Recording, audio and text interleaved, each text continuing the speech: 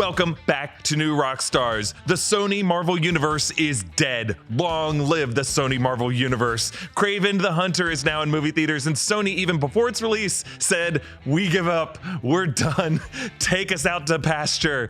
And it's been 6 films, a lot of mixed reviews, some hits, a lot of misses, and a lot of fan confusion over what this universe has even been, and whether we can even call it a universe, or rather 3 connected films and 3 completely disconnected ones. We are doing a post-mortem on the SPUMC on today's episode of The Sneak Peek. Yes, this is a sneak peek where we bring the future of fandom to you and talk about it. And it's me, Jessica Clemons, with host Erik Voss. And not only are we doing a sneak peek under the cloth of this corpse to see what happened and how it died, but we are also just doing a sneak peek into what next for Sony. Like, is there a future now that we have pronounced it dead? What watch were you looking at when you said that? Kind of Madam Web's, she just kind of wrote out everything that happens on my wrist. Oh, perfect. That makes sense. She wrote it in Pepsi, so it's just kind of sticky and messy. Yeah, it's, I think there is a future here if Sony can just like learn the right lessons from all this and just look at like what they actually have, because they do have a lot of talent. They have a lot of smart IP purchases in the late 90s that they could still apply to some pretty big successes. So Jess and I are going to go back through the history of the Sony Pictures Marvel Universe, whatever it's been called. They never called it SPUMC. I believe some media writer called it the SPUMC, and Sony's like, sure, that. So we'll just call it the Sony Marvel Universe of characters. Originally, Sony planned to launch spin-off films from The Amazing Spider-Man 2. That was in 2014. That was a follow-up to the Andrew Garfield, Mark Webb, The Amazing Spider-Man film. And that movie had like kind of a final scene and a post-credit sequence that teased a Sinister Six movie that was originally going to be done by Drew Goddard, if I remember correctly. And they teased not only Dane DeHaan's Goblin, or Green Goblin, and Paul Giamatti's Rhino, Paul Shishkovich. They had ties to Dr. Octopus, specifically a Vulture, and Kraven the Hunter was teased in that art as well. So these are characters they've always wanted to use for films. But because of The Amazing Spider-Man 2 just not doing as well at the box office, at the time, Sony had Amy Pascal decide to meet with Kevin Feige at a one of these meetings that you hear about that decided the fate for everything to come. It was basically a plan of attack that Kevin Feige organized with all of his cronies at Marvel Studios when they all met in a Santa Monica hotel suite. And they're like, how do we get Spider-Man in the MCU? And then they arranged a meet and greet with Sony's head, Amy Pascal. And basically, she said, get the F out, and threw a sandwich at Kevin Feige. But because The Amazing Spider-Man 2 underperformed, and there was just a lot of pressure Pascal was under due to the leaks that had happened in that year, and everyone kind of seeing all these not great emails that are sent between people like Amy Pascal and Scott Rudin and a lot of people at Sony about a lot of different properties. She was just kind of, I don't want to say ousted, but just offered a deal by Sony, and she was able to retain an executive producer credit on every Spider-Man movie that got made thereafter through her Pascal Pictures, and basically got like a dream deal that really no one else in Hollywood has, where she is like attached and kind of a public presence for a lot of these movies, but is not attached to any studio and doesn't really have to respond to like shareholders in the way that Tom Rothman does now at Sony. It doesn't have to deal with the politics as much. Pascal often gets unfairly criticized. I think she's actually, if you look at her track record, a very accomplished and successful producer. Is she only criticized because of the horrifying documents that came out? For a lot of reasons. I think some of the successes, some of the public statements she's made about these movies, the fact that she's a woman in the industry, in the same way that Kathleen Kennedy has been kind of targeted by people online and media writers. But honestly, the emails that were sent, that were leaked, didn't paint her in that negative of a light. Scott Rudin looked like a huge asshole. Was he the one? He was it's like a not well kept secret in Hollywood that this guy just has like that kind of reputation. Which one was the one that was sending the emails that were like, Spider-Man has to be Peter Parker, has to be white, can't be gay? So that came out of the leaks as well. Yeah. That didn't come from Pascal. Yeah, right. She didn't set those rules. That came from like something that was sent like, this is what Spider-Man has to be from specifically from Marvel Entertainment. Not Kevin Feige, but from Ike Perlmutter, from his whole New York division that was at the time still controlling a lot of different things from like Marvel Comics, and Kevin Feige still had to answer to him at that time. And they said, if you ever want to put Spider-Man on screen, here's a list of things, and that's what you're referring to. But that did leak, and it didn't look good for anybody who had attached to Spider-Man's. But it didn't stop them from basically following those guidelines when they recast Andrew Garfield for Tom Holland. Well, yeah, because it said Peter Parker. It didn't say Miles Morales. Right. Spider-Man is still just the name, but the person behind the mask, if it's a Peter Parker, it has to follow those qualifications. Right. They've definitely defied it with Miles Morales and all kinds of the other Spider-Man that we met in Across the Spider-Verse and Into the Spider-Verse to great success. So when Sony made this deal with Marvel Studios to have Tom Holland play the character in Captain America Civil War, that deal was made, it was announced in 2015, but basically they had agreed upon it in late 2014. Sony was like, okay, well, we want to build on these plans that we had from The Amazing Spider-Man 2. We want to have our own movies that we don't have to do any profit splitting with Disney and Marvel Studios. So the way they did that was they basically started to roll out these other films. They announced Sony's Marvel Universe in May 2017, and that they would be reviving Venom as a new standalone film with its own universe, they said. Now, in March 2019, during a presentation by Sony Pictures Entertainment, they referred to it as Sony Pictures Universe of Marvel Characters. And then the media is like, okay, so SPUMC, because everyone wanted their, another version of the MCU to describe this as.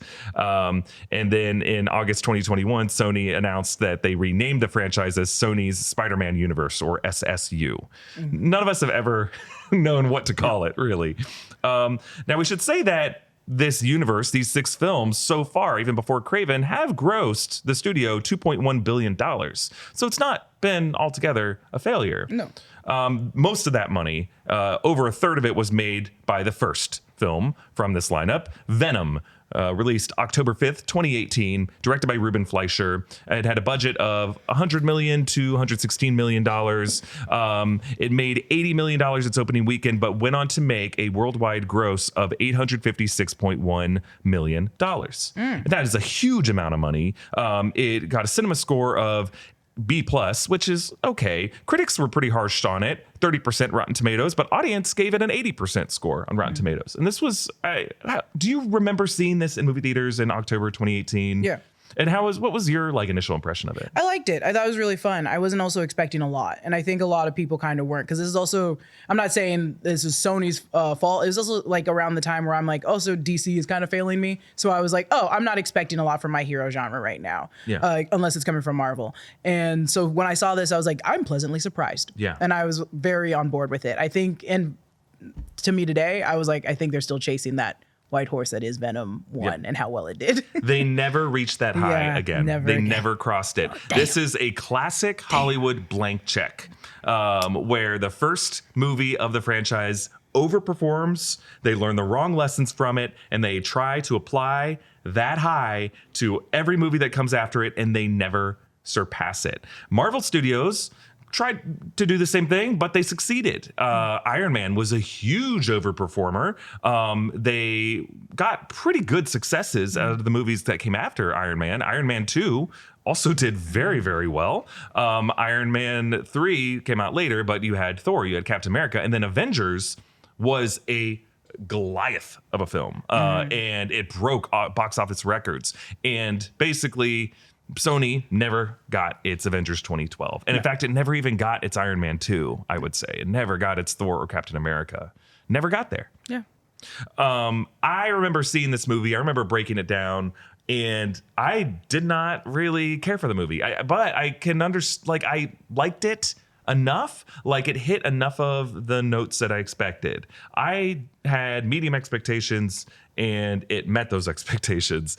I thought I never could understand why they wouldn't cast a different voice actor to play Venom and why they let Tom Hardy voice the Venom character.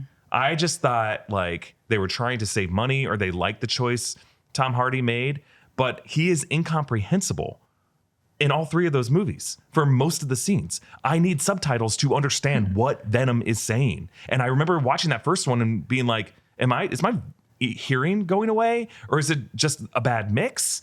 I like it's so that's what sounds like gibberish to me what he's saying, and I'm just waiting for reaction cues from Tom Hardy to kind of understand what he's saying. It's like Rocket talking to Groot, and you need to hear what Rocket says to understand what Groot is saying. Yeah, I guess since I didn't have to break it down, I had a fun time. I didn't have to analyze it. I didn't need a When script. you don't have to analyze it, you kind of like the movie more. I realized that after working in this industry long enough that I was like, yeah, if I don't have to like dissect every part of this film, I actually can genuinely like it a little bit better. Yeah. And I think that's probably what I was with Venom, and that's what I was with most of the DC movies. Yeah. I think these movies at their best are just good airplane movies. Like I would watch. Yeah, it's a 90 minutes. Yeah, I need a movie for this Atlanta to San Francisco flight. This is great. I think that's what I did for almost every DC movie. Yeah. Unfortunately, I'm so sorry, DC. I'm so sorry. You watch but it I on did. the smallest screen that gets interrupted by PA announcements for the flight 100%. attendants. The Aquaman movie, both of them. I think I did on an airplane, and I was like, yeah, I can finally watch it. Well, around this time, they made a ton of announcements for all these other movies. Around this time, after 2018, going into 2019, you start to see Deadline and Hollywood Reporter and Variety articles about, hey, they're going to do a Venom 2. Carnage is going to be in it. We knew Carnage was going to be in it from the post-credits scene with Woody Harrelson in the 2018 movie. Sony was having huge successes with the animated Into the Spider-Verse film. They were having big successes in collaboration with Marvel Studios from Spider-Man Far From Home in summer 2019. And in September 2019, Sony went into this kind of renegotiation with Bob Iger at Disney over the future of the Tom Holland version of Spider-Man. And they came to a deal that, this is after Avengers Endgame, a deal that eventually led to Spider-Man No Way Home. In 2020, there was COVID, but still all these things were being shot. And I remember in 2019, that's when Venom Let There Be Carnage was being shot. They had scripts in development for Madam Web, for Morbius. Actually, Morbius had already been shot in 2019 with Jared Leto because we got a crazy trailer for Morbius in January of 2020 that had Michael Keaton as Adrian Toomes Vulture showing up in it saying, "What's up, Doc?" And Michael Morbius walking past graffiti for PS2 Spider-Man art that was like the Raimi suit era design. So we were all just thinking this is going to be very much a Spider-Man universe. And is a Spider-Man cameo going to happen in Morbius, the living vampire? We had these none of us could make sense of what the plan was. Well, Sony didn't know what they were doing either. It was very clear that they were like, let's put out the trailer. And that's the difference between Sony and Marvel is they have to make sure that everything is good to go before it gets launched out. And even things that fall through the cracks are those little things that fall through the cracks. Yeah. They would not have let that thing, keeping up with continuity in Marvel is so difficult for Marvel to already do. And Sony felt like they just didn't care. They were like, we're just going to put it on the wall. Here's a bunch of stuff that should not be in this movie. There was so much in that trailer was ridiculous. The Morbius trailer and the amount of times that movie was delayed and had new trailers released. Everyone knew this was a stinker. We did not know what they were thinking with this project, and it kept getting delayed. A lot of it was due to COVID. Originally, it was going to come out in August of 2020. It was going to be the next movie after Venom. Kept getting delayed, and then, but they. Before COVID had shot most of Venom Let There Be Carnage. That was directed by Andy Serkis, and I think they felt pretty confident in it. So they pushed Morbius to come out in 2022, and then they got Venom Let There Be Carnage in theaters in October 1st, 2021, as theaters were reopening, and they shot a post-credit scene for that would tie directly into Spider-Man No Way Home. And the press and the excitement and enthusiasm for No Way Home took over everything in 2021. The trailer for No Way Home that dropped in August 2021, I think everyone was really excited. And so they knew that was going to be a huge hit coming out in December. So they shot this post-credit scene that would kind of set up how Tom Hardy might be involved in Spider-Man No Way Home, only to show that it wasn't at all. And there was just a post-credit scene for Spider-Man No Way Home that just showed that Eddie Brock was in this bar in Mexico for the entire movie and never met Peter Parker or anybody else. Again, they shot the gun before they even knew what they were doing. Yeah. Again, like I don't know where. It would have been simpler just not to do it. It would have been simpler not to do it. And I don't know if that's on Marvel's end of not communicating enough to Sony's end, or Sony just being like, you know what, let's just do it. Let's just do it. Let's just do it. Because even bad press is good press. So it's like, even when it's out there, everyone was seeing it because of that. They were like, oh, the post-credit. Oh, like they went for that. So it was very important for people to see that. So it does still work for Sony. It still gets them money putting it in and not making sense. Still a hit. The budget was for Let There Be Carnage, $110 million. And a lot of that probably had to do with reshoots. I'm sure Tom Hardy got a better deal and Woody Harrelson didn't come cheap. Michelle Williams came back for this sequel. The box office, it actually had a bigger opening weekend than the first Venom. It made $90 million. The second movie did opening weekend. I'm not surprised. People were excited after Venom 1. I think there was still gradual fans for Venom 1 that were like, oh, Venom 2 and Carnage is really cool. So maybe I should take it back. I think Sony did have their kind of follow-up of like a Captain America, the First Avenger, or a Thor in the form of Venom Let There Be Carnage. This was a hit. This was a success. It actually was the highest grossing opening of the pandemic at that point. It outperformed Shang-Chi. It outperformed let's see. Mortal Eternals Kombat? came out after. Yeah, Mortal Kombat was a weird one because just Warner went put straight. it on It went streaming. straight, So it didn't have a ton of competition, but it did beat Shang-Chi, which is a big deal. That is a big deal. It outperformed Venom 1 at that point, but it went on to only make $506.8 million. But a lot of that was affected by the pandemic. A lot of theaters around the world were not open, and it was a huge hit. And a big reason why is because it had a short runtime. Okay. It was like less than 90 minutes, and it was able to run back to back to back to back. So a lot of people were like, there's not a lot of options to see. This movie works. And it was a smart strategy. It actually got a better critic score from both the audience and the critics. 56% on Rotten Tomatoes, 84% from the audience. I think people liked the effects of the battles between Carnage and Venom, and it held up. I think it was like, I was proud of Andy Serkis for what he was able to pull out from that film. Yeah. It's weird. I think this was like the height of the promise. I think so too. I think, and especially because those were pandemic numbers, I feel like there is that like they're gonna hope for a better outcome than a worse outcome. So hearing even those really good numbers, they're like, oh, we're still got it. 2 for 2 now. Keep going. Keep going. And then that fed right into the success of Spider-Man No Way Home. And we cannot overstate how successful and pivotal this success was for the entire industry. I mean, the following summer, famously, Steven Spielberg held Tom Cruise in his arms and said, you saved our industry with the success of Top Gun Maverick. I forgot about that. And maybe he's not wrong. Top Gun Maverick was a major success because it wasn't a Spider-Man IP. But Spider-Man No Way Home, I think, deserves to be part of that conversation. Despite being a pandemic release, even though everyone saw it, it made billions of dollars, top 5 highest grossing movie of all time, and Sony made the bulk of that profit. Well, you know damn well Steven Spielberg doesn't care.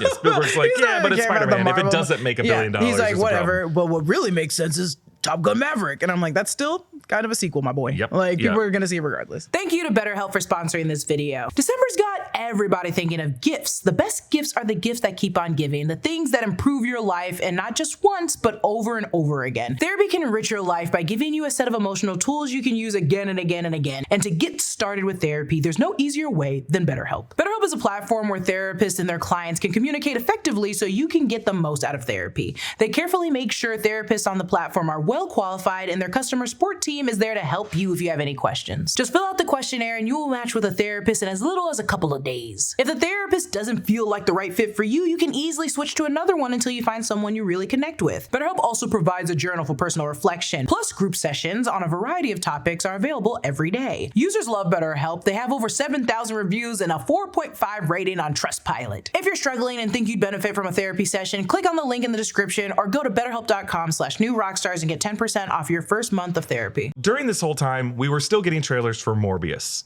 the living vampire. And this was like the project, and we thought it was like a standalone stinker, honestly. We still had hope for this franchise beyond it. But Morbius, we didn't know what to expect. And Morbius was so bad when it came out in March 2022. So bad. Directed by Daniel Espinosa, a budget of 75 to 83 million. Made 39 million in its opening weekend. But still first at the box office that weekend. Went on to make a total of 167.5 million with a C+ cinema score, 15% from critics on Rotten Tomatoes, but 71% score from audience. Y'all are joking. This was skewed. Y'all are joking. This was absolutely skewed. Yeah. The audience score on Rotten Tomatoes was just an online campaign because people knew this movie was so bad and were just rooting for it. I remember they also pushed that date though, because there was another thing that was coming out around that time, I think. So it makes sense, like, number one at the box office that time because they didn't want to go up against anyone else. It was still, I believe, just barely, even with the maximum budget of 83 million at a total box office worldwide of 168 million, you got to factor all the marketing costs, all the, the several waves of marketing campaigns. And they were doing a lot. They were doing a lot. You can't knock them for not trying to make this successful. Yeah. They were they were on every bus, every billboard, every they were showing that trailer everywhere all the time before every movie. And I was like, this makes me like it less. So with this being the third film in the Sony standalone universe, if we're not considering Spider-Man No Way Home or Far From Home, had Marvel Studios had a movie release that was this bad at any point during its run up until an Endgame? No, I think they cut it. What do you mean they cut it? They just don't put it out. I think this is basically what Blade is happening to right now. I think they probably were like, no, we don't want to show this yet. Yeah, whereas Sony's like, we're still going to release it. Whereas Marvel's like, no, we don't believe in this script. That's the part that I have confusion in. I understand that like David Zaslav, I don't understand this at all. I just recognize what he's doing and I freaking hate it. But cutting it for taxes, cutting the movies completely, just wiping them. I'm like, okay, Marvel and Sony won't do that. Sony is still putting out these things that are not finished. I don't understand.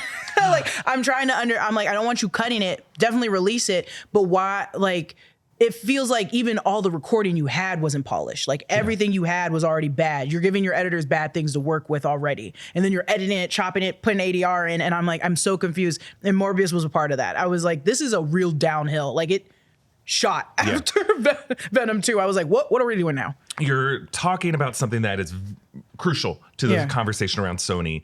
Not only are these movies bad, starting with Morbius, they feel unfinished. And you could say any movie is unfinished. Any film, I'm sure Steven Spielberg, the Russo brothers, J.J. Abrams, they all feel like, well, if I only had another month, but this feels like these movies had all of COVID to re-edit them. And still, what they present to us feels like, oh, you forgot to rescore this scene, or you forgot to re-edit this scene, you forgot to color this scene. Or they literally take the footage. And Morbius did reshoots, they took the footage, and you still don't understand Tyrese's character or the other guy's character. And I don't even care about those characters, but I'm like, you clearly cut a lot of their story out. And it does, and by the end of the movie, it makes it sound like they're all best friends. Everybody's been here the entire time, and I'm like, this guy has not been in the movie for a third of the movie. Yeah. It just felt like I don't know. I don't know. However, when we're talking about like Marvel Studios just cuts it, Marvel Studios won't begin production, at least on a script that they don't believe in. And once they start production on something, because it's so expensive at that point, they're like, well, we're going to release it and we're just going to pour more money into this until it is at least watchable. 100%. What Zaslav did was awful because these movies were shot and these actors and directors were promoting it already. There were trailers for it in some cases. and they cut the movie for a tax write-off. Marvel Studios hasn't done that before. No. And Sony will not do it. Sony will release it all. And I'm not asking Sony to do it. I just want to understand what parameter are they working in where they think this is I feel like a judge in Hollywood, where they think this is acceptable. I think what Sony, I can't speak for Rothman and for the people who own Sony, but I think what they're going for is they look at movies like Venom and Venom Let There Be Carnage, and they probably see some imperfections in those films, but doggone it, that movie ended up making fortunes overseas. Yeah. And who knows, maybe there's an audience in Saudi Arabia or China if we can get distribution there, an audience in India, an audience in some country overseas or some pocket of America that will at least earn us back this money. And I think they want all of these movies to succeed internationally in ways that Marvel Studios hasn't always done. I think they're trying to make movies for a specific audience in America sometimes, or a specific audience in China sometimes, where Sony is like, we're going to make this movie so cross appeal that we can just swap out any language track. And I think you see where I'm going with this. Any language track in here that can play it in Japan, in India, in Russia. And so much so that lately with Kraven, it is so ADR that it feels like we just selected like an English option on an international film. But wouldn't we know that? Or like, wouldn't we know for sure? Like, I feel like that's too easy or too hard to hide. I'm like, well, I think we're seeing it. They're not hiding it well. They're not hiding it at all. But I'm like, shouldn't we see the numbers? Shouldn't they actually be making more money than overseas than what they're making over here? It's a gamble that has not worked. Yeah, that's why I'm like, I think part of it is like international audiences are as sophisticated as audiences anywhere else, and they know a turd when they see it too. I think the appeal of the first Venom is because it succeeded in America for the same reason it succeeded everywhere else. Is people like there was something in that chemistry that people liked. They liked Tom Hardy. They like the humor of that film. They like the effects of that film. They like the final battle of it. But they love the chase through San Francisco, and people were just supporting movies differently back then. That's true. I mean, I understand the love for Venom because I was like, I genuinely think this is a very fun film. I'm having a really fun time. All my friends that are like semi-nerds love Venom because it's just a fun time. But Morbius was not a fun time. And it's a different shade. It's a different light. It's a different camera. It's a different everything on that. And maybe this was also the beginning of the downfalls to a degree with the actors, because the actors were in interviews being like, I don't know what was happening. Right. And Matt Smith was like, yeah, people keep making fun of me and I don't even remember what I did. I think Matt Smith's part of it is part of the reason the audience score is so high. People were rooting for Matt Smith and how unhinged his performance was in that movie. And damn it, it is fun to watch Matt Smith in it. It is so fun to watch Matt Smith let loose a little too much. So this is, I mean, moments like this is why I don't think the whole thing was a failure, is because there are big swings being made by different people working on these films. But Morbius as a whole was just such an odd duck in 2022. And that stink lasted throughout 2023 to the point to where we were getting trailers for Madam Web. And in, I believe it was November or December of 2023, where we got the famous line.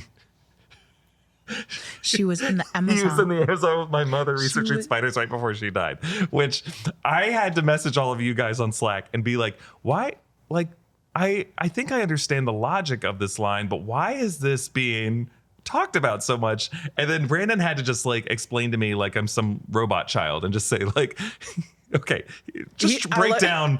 I had to do one of those like grammar word map things of the like put commas in to understand why it was weird. It really did break my brain. It literally broke you. Wait, give me a chalkboard. Give me a chalkboard and a piece of chalk. I need to do the equation. I need to break down why they would say this one line that's not even in the movie. That's not even in the movie. Parts of it are in the movie, but not in that exact form. I think it was, and then they took it out. So Madam Web came out on Valentine's Day of 2024. It had a budget of between 80 million and 100 million. It made 25.8 million, a 6-day total, including just 15 million in its normal weekend. They gave it a holiday weekend. It came second in that box office. Bob Marley's One Love beat it that weekend. I mean, that tells you enough. It ended up making 100 million.5. Damn. at the box Damn. office, the lowest so far of the Sony universe. Cinema score of C+, 11% from critics, 55% Rotten Tomato audience score. We broke it down on New Rockstars. It's one of my favorite videos we've ever made. It's a great video. It's a very fun breakdown of us being like, we're showing you Easter eggs. We're breaking down the scenes to a degree that's like, this is insane. This is insane. This is criminal. This is what gets you in prison. They all deserve to be in prison. Lock them up.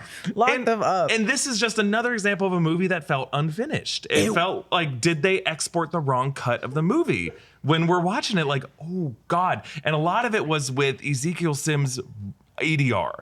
It felt bizarre watching it. Like, and to their credit, at least they released it, whereas Zaslav cut it. At least Sydney Sweeney and everyone else in that cast gets to be like, hey, we got paid for it. Yeah, and tag Marvel Studios. They get to tag Marvel Studios on their Instagram instead of Sony. Yeah, they tag the wrong studio. Marvel's like, retract this. Just an insane movie. And we skipped over the post-credit scene of Morbius that had, this was for everything we said about the Michael Keaton scene and that original January 2020 trailer for Morbius. He was not in the major runtime of the movie. He was only in the post-credit scene, a post-credit scene that made no sense, that had him inexplicably teleport from the MCU into whatever other universe this is. And then he just meets Michael Morbius and says, let's go after Spider-Man. I think he's like, it has something to do with Spider-Man, I think. And that line made no sense. Why would Spider-Man have anything to do with your teleportation to another universe? Again, bad press. Not always bad or good, not ever, like, that's just making us talk about it more, you know? And Sony, it makes them money. Like, us even talking about how ridiculous, because it is a ridiculous post-credit. I feel like there's this argument about, like, when it's earned to get a post-credit scene. I think now, like, in a lot of movies, especially hero movies, they're like, we need to put a post-credit scene in. And Sony never does need to. I'm like, Sony, you never had to. You didn't earn the right to do this, but putting that in made us all talk about it. We made so many videos off that clip. We just talked about it quite a bit. It's crazy that we're watching it for the post credits at this point. The Sony movie, or at least for me, I'm genuinely like Venom. Even the last Venom movie, I was like, I just need to see that post credit. Madam Web was such a bizarre thing, and it even more than Morbius, I would say, created this moment. Even like, I believe John Mulaney quoted that line in that great Oscar setup clip where he's talking about sound mixers. It was this transcendent moment where everyone was talking about what happened in this movie or what happened with this movie. The fact that there is a baby Peter Parker who was born in this movie, but he's never named. How unhinged Dakota Johnson's performance is in scenes like the baby shower, where she talks about her mom dying in childbirth with her.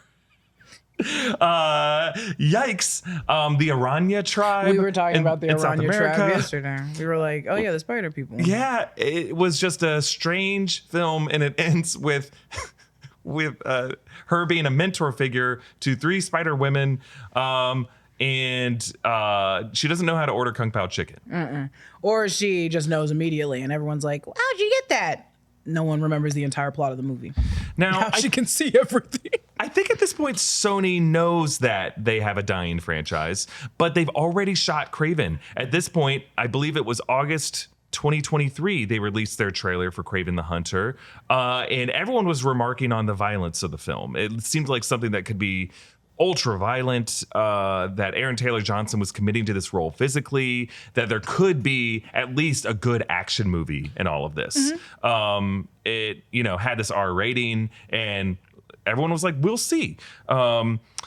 But before that, the third Venom movie comes out, Venom The Last Dance, and everyone is wondering what this title means. Venom The Last Dance, directed by Kelly Marcel, who had written the scripts for the previous films. Now, they say the movie cost $120 million, so I think they're able to keep things economical. The movie, again, feels very small. It's like a short movie that doesn't really cover a lot of ground, but it has a strong $51 million opening box office that goes on to make a total of $472.9 million. There you go. Pretty big success overall. 41% Rotten Tomato critic score, 81% audience score, B- cinema score. Still not bad for a Venom movie. Still not bad for a Venom movie. Brandon and I saw it at a press screening. I was like, you know what? It's a decent Hell movie. yeah. It was like, I think I liked it as much as the first Venom film. It really swings hard with Null. Null is in the movie a lot more than I expected. It gives us a big, like, fireworks display of a lot of symbiote cameos in that final battle. And it's crazy, but it worked. Yeah. I thought it worked. It's just the way it ends by having Tom Hardy walking through New York to the Maroon 5 song as he, like Vin Diesel in Furious 7, recalling his friend, looking at the Statue of Liberty. And we find out that his entire relationship with Venom unfolded over just 12 months. Yeah. And that movie having this insane Reed Scott appearance throughout the film, establishing nothing about what that was of a government man who was spying on Eddie Brock. That's where I watched this and it felt like they exported the wrong version of the movie. Like, why did they leave that in? Yeah, the movie was ridiculous. I think how you felt about the first movie was how I felt about Venom 3, where I was just like, this is what I'm expecting from it. It looks chaotic. And I think, and that's the thing, I'll give Sony this, or maybe it's the people that are working on Venom. They know their audience and they know what they want, or at least know what to give them. That's what we're expecting. And what after the second Venom, I think it was second Venom, where he's dancing in that club, that rave club, and didn't he like a drunk or high person? Regardless, I'm like, yeah, we love these scenes. These are the scenes that we remember. These are the scenes that they're clipping out of the movie, and that's all the third movie was just like, let's see how crazy we can make Venom be. He's gonna dance in Vegas. Yeah. The whole Vegas arc of Venom The Last Dance made no sense. But it was just absolutely fun. no sense. It was just fun to why watch. Mrs. Chen was in that Random. casino randomly. It made no sense. But for many people, it was their favorite part of the movie. Not mine. We have now arrived at the final chapter of the SPUMC, which is the release of Kraven the Hunter. And it was directed by J.C. Chandor. Many of us had decent hopes for this movie, that it would be at least a great action movie. So far, as of this recording, people have been hard on it. It's projected to gross only $15 million in its opening weekend. This video is coming out Sunday, so we probably know what the box office, hopefully word of mouth at that point, will have taken it higher. The critic score is brutal, 16%. It went down to 9 at one point. I think it'll creep a bit higher from some of the critics. I think the audience score will be a bit higher. Some great action in this movie. Our breakdown is on the channel now. The script for this movie makes no sense. Yeah. The performances are not good in this movie. And I say that as a big fan of Aaron Taylor Johnson. He seems to not know what this story is. Other people in this film are really talented. I like Russell Crowe. I like Ariana DeBose. They don't give good performances in this film. I'm not trying to knock Sony for this, but, and this is my opinion on it, is like all of these movies, they don't have the best direction. And even if the directors are people we love, like Andy Serkis, I was confused. Like, I don't even think, what's his name that played Carnage? What's his name? Like, come on. Woody Harrelson. Woody Harrelson really had direction. I was like, I think he's even confused. And I was like, I think a lot of these movies, the acting is just like weird. And I don't think they know what they're doing, except for Eddie Brock, like Tom Hardy as Venom. And that's because he's like, I am Venom. Like, I am Eddie Brock. I'm just going to be myself. Like, I'm going to play it how I want to play it. I'm like, I don't think anyone else has full confidence in what they're doing on the screen. I think there is a good movie here that they were going for. I think with Madam Web, I don't know what they had in mind for that movie. But you do here? I was like, at least I can see the vision for this movie. Nice. The vision was, what if John Wick was in a Marvel universe? A globe-trotting, Russian-speaking, ultra-violent revenge story or rescue mission. We've seen that work with John Wick. And it's a little heightened. The villains are kind of over the top. There's a bit of like supernatural shit going on, but there's just a lot of bloody action sequences, some interesting camera work happening in those. I get it. I get the idea of it. The execution does not work because the script is, and what we mean by the script is like the dialogue just feels disconnected with the characters. Their objectives are not clear. The plotting does not make sense. We spend long portions of time with character beats in the past that don't really make sense with like where their futures are. I think there is kind of a sensible storyline of a father-son issue between Nikolai and Sergei. There's kind of a brother relationship between Sergei and Dmitri. But really just the relationship between Kraven and Calypso is kind of laughably underdeveloped, where she's like, how did you find me from this random flashback where I was in Ghana and I saved you in Ghana? And he just goes, I'm the world's best hunter. This is what I do. And he says it multiple times. And you can say it once in a movie, but after a while, it's just like, well, how literally did you find this person who you only had like a vague memory of? You're like, I need answers. Yeah. I also, I'm not trying to be this person again. Isn't that what we expect from this?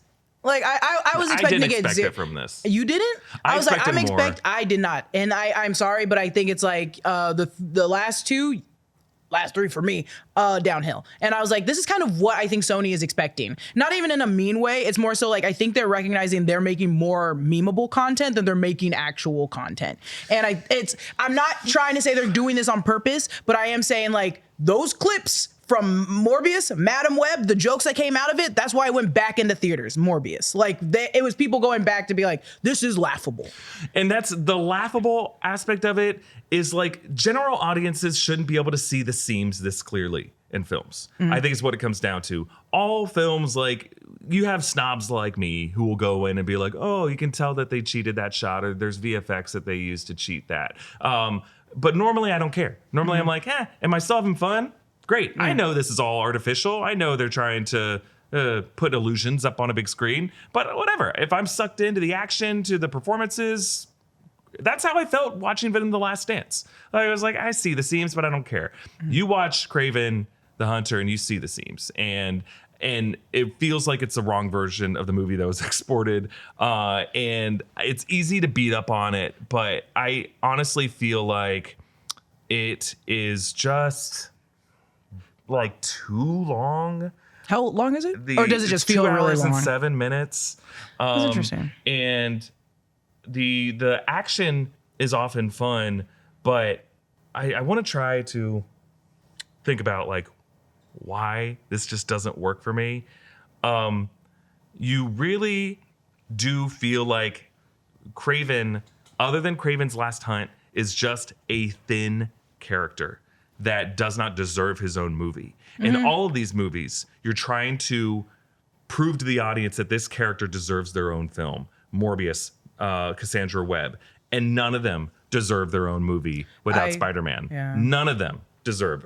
Maybe Venom does, but they are really stretching it. And I think audiences go into Kraven feeling like they don't know who Kraven is, and they don't know why they should care about Kraven. And I just don't think this movie passes the stink test. No, 100%. I agree with that completely. I think they even talked about it at one point, or maybe, no, maybe it was the video game. I did have an interview with the Spider-Man 2 company that made the video game and the writer for it. And they were like, this is a really hardcore villain that everyone from the comics recognizes. So we have to like do our due diligence to the comics. But they were like, no one knows the movie. Like no one has seen him on the big screen, so no one really knows who he is. So if you haven't read that comic or you haven't watched the video game, you don't know who Kraven is. And even then, it's not enough to really make a story out of because he's just fighting Spider-Man. And that's why I'm like, I do agree where I'm like, Venom was the only one that can kind of get by because as a symbiote, he's like an entirely different thing that eventually can connect to Peter Parker. Right. But this, I don't know, this feels like getting the Sandman movie where I'm like, I don't really need a background Sandman. He's sad. I will say that like the failure of Kraven is also what I think is a failure of Eternals. Like not everything that has a Marvel brand on it needs to be a movie. Yeah. And I think I like a lot in Eternals. I liked a lot in Kraven. But unfortunately, the one comic storyline that people really know of who know Kraven is Kraven's Last Hunt. And that is the only one of these that needs to be a movie. With Kraven, John Watts, the writers of Far From Home and No Way Home, wanted to put Kraven in a movie. And if you had Kraven matched up with Spider-Man, that could be a good story. But without Spider-Man, there is no movie for Kraven. I'm sorry. This does not need to be a movie. And this was a lesson that Sony needed to have learned from the first Venom film. As we're doing a post-mortem, I think it's helpful. Let's just look at some lessons that like need to be applied in the future. Understand who the real star of your franchise is and start with them and build out from them by making a good movie for that character. Venom is not the star of the Marvel Universe. Spider-Man is the star of the Marvel Universe. And what they needed to see with Venom was not a first step that they needed to apply to other movies. They got lucky. with the success of the first Venom. They pulled a fast one on audiences, and thank God that audiences had disposable income in 2018 that they were willing to go roll the dice on that movie. But you cannot apply the Venom formula to Kraven, to Cassandra Webb, to Morbius. You can't do it. And Marvel Studios, I think, is learning this lesson as well. Like, they need to make it very clear to their audience who the anchors of their universe are.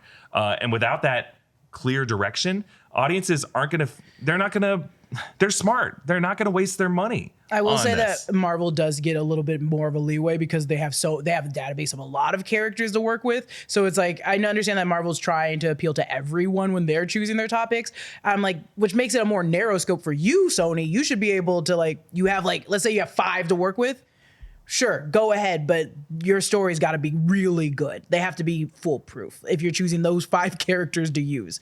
And because I do want to play devil's advocate for them. I'm like, I understand that you want to. Spider-Man is all you can hold on to for Sony. Sony, like, that's all they got. That's all they got. That's all they got. I'm not trying to be that person, but it is what they got. And so they're like, the last thing they want to do is give it to Marvel fully. They would lose all those characters. So it's like, if you can't use Spider-Man, I understand why you would choose these characters to make a movie off of that are connected to Spider-Man in a way. But they need to be connected to Spider-Man on screen. Yeah. Is the problem they had. And they try to trick audience. That's why I'm being hard on Sony, is you tried to trick us by putting Spider-Man in your trailers or having Spider-Women in your trailers, scenes that were just dream sequences in Madam Web. You put spiders in the trailer for Kraven, just these little spindly spiders. That was also part of a hallucination in the Kraven movie. And you cannot keep doing that to audiences by putting hallucinations, by possible futures, dream sequences, and putting it in the movie as if it's a tease for what we're going to see actually literally in the runtime of the film.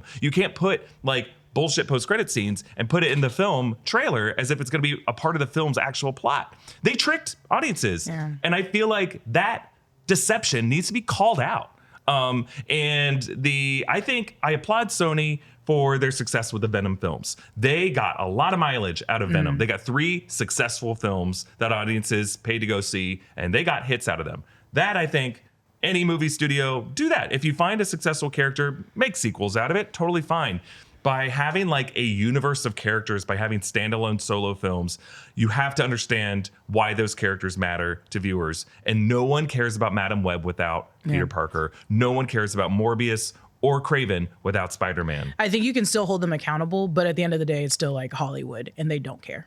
That's the problem. Is like, they lied to us, they tricked us, they can't do this, but they're going to do this. Oh yeah, They know I'm not expecting an apology to new Rockstars. Make your money, do whatever you want to do. But so what I'm saying is, like, they're going to keep doing this, and it's up to you as the audience to choose whether or not you're going to fall for it. If you go, like, I'm not trying to be this person. I knew there was not going to be any Spider-Man in Madam Web. I was like, nope.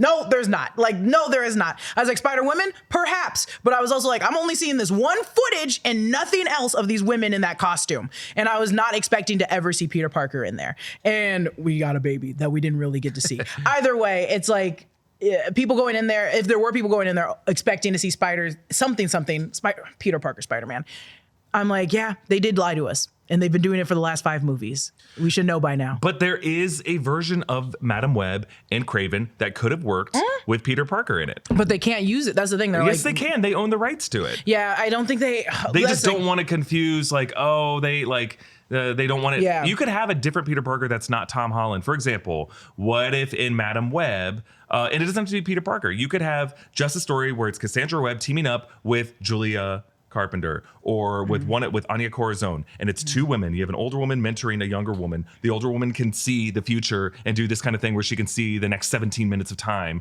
helping this young Spider-Woman find her way through the city. And it's just 2 women working together. It's a 2-hander. Kraven could be a classic lone wolf and cub story where there's a young boy, Peter Parker, who's 11 years old, who's kind of like a spectacular Spider-Man Peter Parker, who's a kid who was just bitten by a spider, and there are other people in New York who want to hunt him down and use him. There's a Wilson Fisk. There's other people in that city.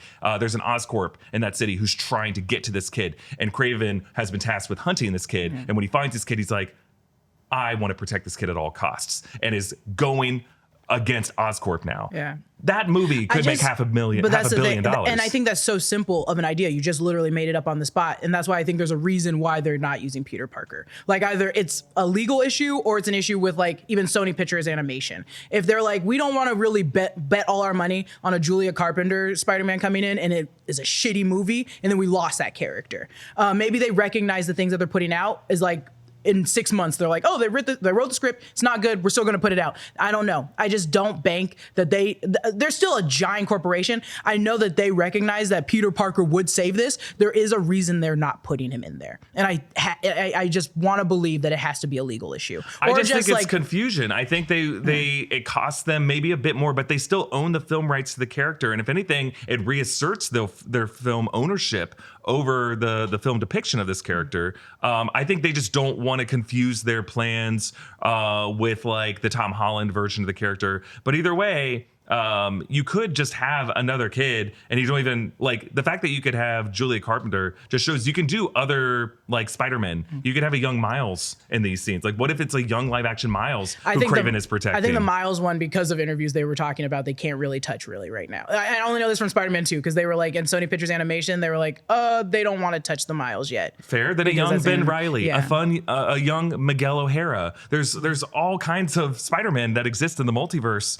that could be the one that Kraven is paired up with. Yeah, maybe they want the white one from those. That's where we need to call them out. Yeah, I was like, from the thing. Maybe. I don't think Sony does. I think Sony's more okay. I think Peter Parker is such a big topic for like the superhero, like for both Marvel and Sony, that I'm like, I know that it's a bigger problem than that. Because even if the worst thing to do is to grab Julia or Miguel O'Hara or a young Miles Morales, and then that movie does horribly, and then Black, brown women have to fight for their lives again. There's been this debate online again about like the new Rapunzel movie live action.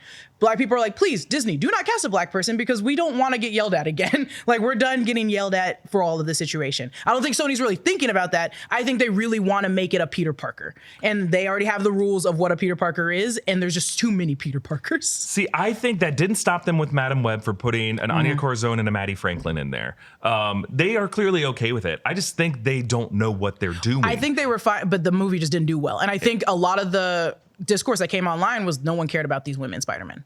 I think people could have cared. And I don't think people went after the actors who played Maddie Franklin or Anya Corazon. In fact, Anya Corazon just has a bigger future now playing Hawkgirl in Superman. She's going to be great. Sony still has that imagination of like, we aren't, and also you're still learning from Marvel's lessons. Like it's not surprising that like, I'm not trying to be this person, but it's not surprising that we're like, oh yeah, the worst Marvel picture is starring 3 women, the Marvels. And I'm like, oh yeah, like they're recognizing like, and Bob Iger even saying, we need to go back to what it was, is just like, yeah, but what it was didn't really involve a lot of these people.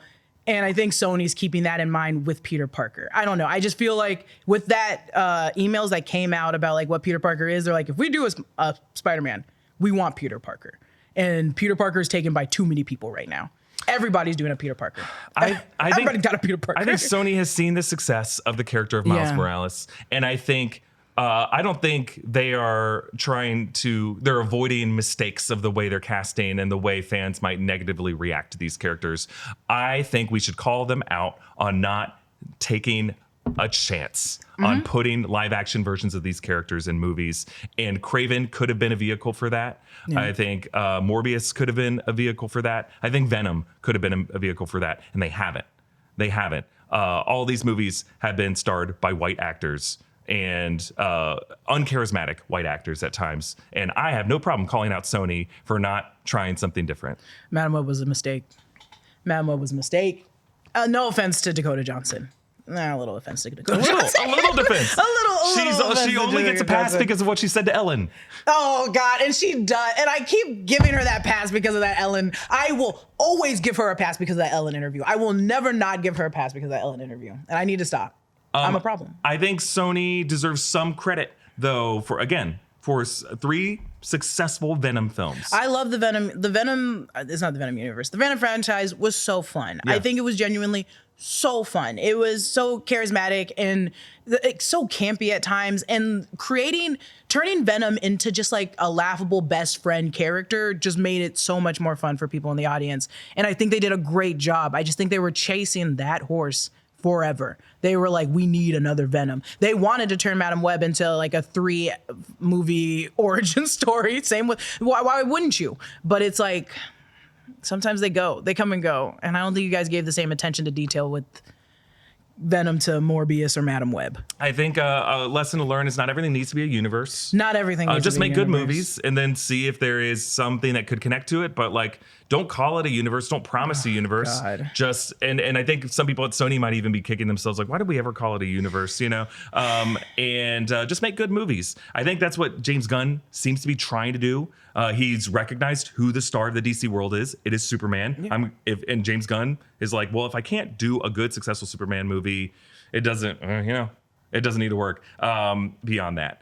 And I think Sony, by letting Marvel Studios take the driver's seat for what the Spider-Man titles would be, kind of surrendered the right to tell their own universe 100%, at that point. 100%. Once you gave that, it was gone. Yeah. It was absolutely, I agree with that 100%. It was gone. So in a way, the universe of Sony characters was doomed from the start, but I respect them for making some good Venom movies. I think it's no problem that they did the Venom movies. It was a Sony partnership with Lord Miller to do Into the Spider-Verse and Across the Spider-Verse, and Marvel Studios wasn't taking those swings, so you got to give Sony credit for that 100%. as well. Sony Pictures Animation, you're killing it. You're amazing. Yeah. Like, again, Academy Award nominated movie every time. So it's like, good on you for getting that. That. Now people compare animation today to Across the Spider-Verse. They're like, oh, this reaches to that level or higher. Yeah, and Sony was the one who rolled the dice on it. I don't want 100%. Sony you feeling like I'm yelling at you. You're like I think there are lessons that you guys are learning, and that other studios like James Gunn,